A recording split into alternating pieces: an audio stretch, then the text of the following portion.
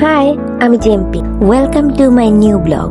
ঈদের ছুটির শেষ পর্যায়ের আমেজটুকু উপভোগ করতে আমরা বের হয়ে পড়েছিলাম ঢাকার রাস্তায়। আমরা এমন এক জায়গায় যাব যেখানে বাংলাদেশের ইতিহাসের এক অধ্যায় লুকিয়ে আছে। শুধু তাই নয়, স্টার সিনেপ্লেক্সে আমরা দেখব বনলতা এক্সপ্রেস মুভি, আর মোহাম্মদপুরের বিখ্যাত মনামামার হালিম তো মাস্ট। সারাদিন আমাদের সাথে কি কি হয়, বৃষ্টি ভেজা থেকে শুরু করে মুভি দেখা, সবকিছু নিয়ে আজকের এই ডিটেল ব্লগ। চলুন তবে শুরু করা যাক। আজকের জন্য আমি এই ব্ল্যাক ড্রেসটা বেছে নিয়েছি। এটা আসলে আমার গত জন্মদিনে সৌরভের কাছ থেকে পাওয়া গিফট, কিন্তু আজই এটা প্রথম পড়ছি। তবে একটা ঝামেলা হয়ে গেছে। আমি এই ফেক নিউজ গুলো পড়তে গিয়ে অনেকটা সময় নষ্ট করে ফেলেছি। সৌরভ তো অলরেডি রেগে অস্থির। ও ক্যামেরা ধরে হাসাহাসি করছে আমার দেরি হওয়া দেখ। এই তো আমরা রেডি হয়ে গেলাম, শেষমেশ আমরা বের হলাম। আমাদের দুইজনকে কেমন লাগছে?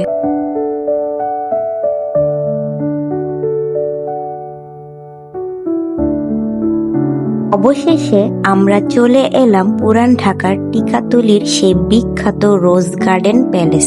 মাত্র 30 টাকা দিয়ে টিকিট কেটে ভেতরে ঢুকতেই মনে হলো কয়েক দশক পিছিয়ে গিয়েছে। সাদা রঙের এই মহলটি কি অপরূপ সুন্দর। আপনারা যারা ইতিহাস ভালোবাসেন তাদের জন্য বলে রাখি, এই প্রাসাদটি 1930-এর দশকে ধনাঢ্য ব্যবসায়ী ঋষিকেশ দাস নির্মাণ করেছিলেন। মূলত তার বিলাসবহুল জীবনযাপনের অংশ হিসেবে এটি তৈরি হয়েছিল, এবং এর চারপাশের বিশাল গোলাপ বাগানের জন্যই এর নাম হয় রোজ গার্ডেন।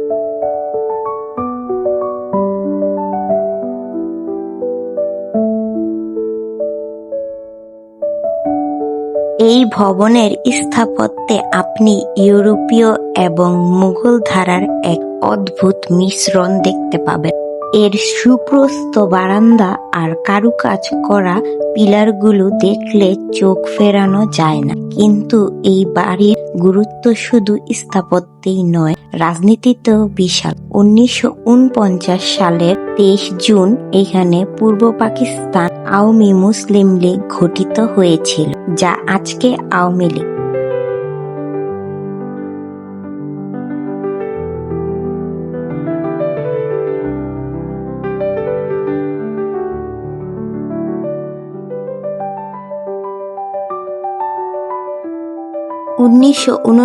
সালে প্রত্নতত্ত্ব বিভাগ একে সংরক্ষিত ভবন ঘোষণা করে।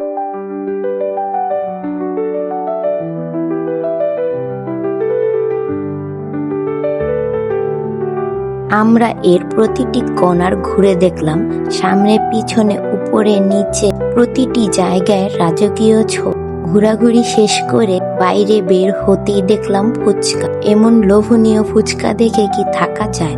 আমি আর সৌরভ মিলে বেশ মজা করে ফুচকাটা এনজয় করলাম। এখন আমাদের গন্তব্য বিজয় সরণি। জ্যাম এড়াতে আমরা ঠিক করলাম মেট্রো রেলে করে যাব। রিক্সা নিয়ে চলে এলাম পল্টন মেট্রো স্টেশনে। স্টেশনে এসে সৌরভ টিকিট কাটলো, আর স্টেশন ঘুরতে ঘুরতে আমরা চলে গেলাম প্ল্যাটফর্মে। কিছুক্ষণ দাঁড়াতেই চলে এলো মেট্রো। একটা মজার ব্যাপার হলো, আজ আমি প্রথম মেট্রোতে বসার জন্য সিট পেয়েছি। সাধারণত এত ভিড় থাকে যে দাঁড়িয়েই যেতে হয়, কিন্তু আজ কপাল ভালো, আমি বসতে পারলেও সৌরভ কিন্তু সেই দাঁড়িয়েই আছে। জানালার বাহিরে দিয়ে দেখতে দেখতে চোখের পলকেই আমরা চলে এলাম বিজয় সরণি। এই বিজয় সরণি জায়গাটা আমার খুব প্রিয়। এখানে হাঁটতে আমার সবসময় ভালো লাগে। বিজয় সরণিতে অবস্থিত বাংলাদেশ মিলিটারি মিউজিয়ামেই স্টার সিনেপ্লেক্স। এই মিউজিয়ামে আমি আগে 2 বার ঘুরেছি, অনেক সুন্দর জায়গা। তবে আজ আমাদের মূল আকর্ষণ বনলতা এক্সপ্রেস। আমরা টিকিট আগেই অনলাইনে কেটে রেখেছিলাম, তাই ঝামেলা ছাড়াই সংগ্রহ করে নিলাম। মুভি দেখব আর পপকর্ন থাকবে না। বড় একটা টপ পপকর্ন নিয়ে আমরা ঢুকে পড়লাম হলে। সিনেমাটা নিয়ে কি বলবো, চঞ্চল চৌধুরী, মোশাররফ করিম, সাবিলা নূর, প্রত্যেকটা চরিত্র যেন জীবন্ত। ট্রেনের সেই কামরা, আমাদের বড় হওয়া কৈশোরের গান,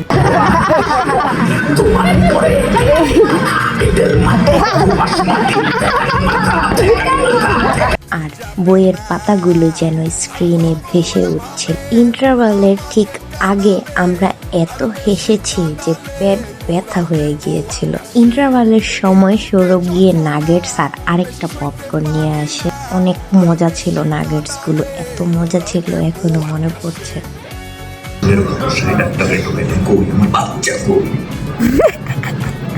কাজ করেন আমাকে মুভির শেষে যখন হুমায়ুন আহমেদ আর আয়ুব বাচ্চুকে শ্রদ্ধা জানানো হলো, সত্যি বলতে চোখ ভিজে এসেছে। তানিম নূরের এই সিনেমাটি 100% খাঁটি বাংলাদেশি ছাঁচ। একবার হলেও এই মুভিটা সবার দেখা উচিত। মুভি দেখে বের হয়ে বাহিরে আসতেই দেখি কাঁচা আম মাখা, টক ঝাল আম মাখা খেয়ে সিনেমার রেশটা যেন আরো জমে গেল।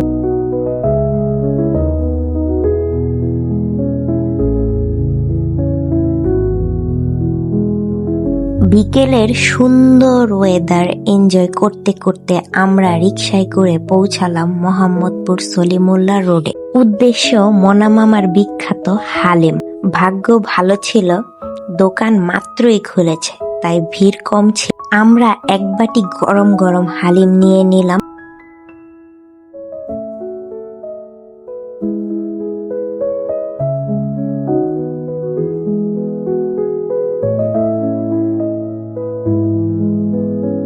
টেবিলে রাখা বোম্বাই মরিচ দিয়ে হালিমটা, উফ কি বলবো, অসাধারণ স্বাদ।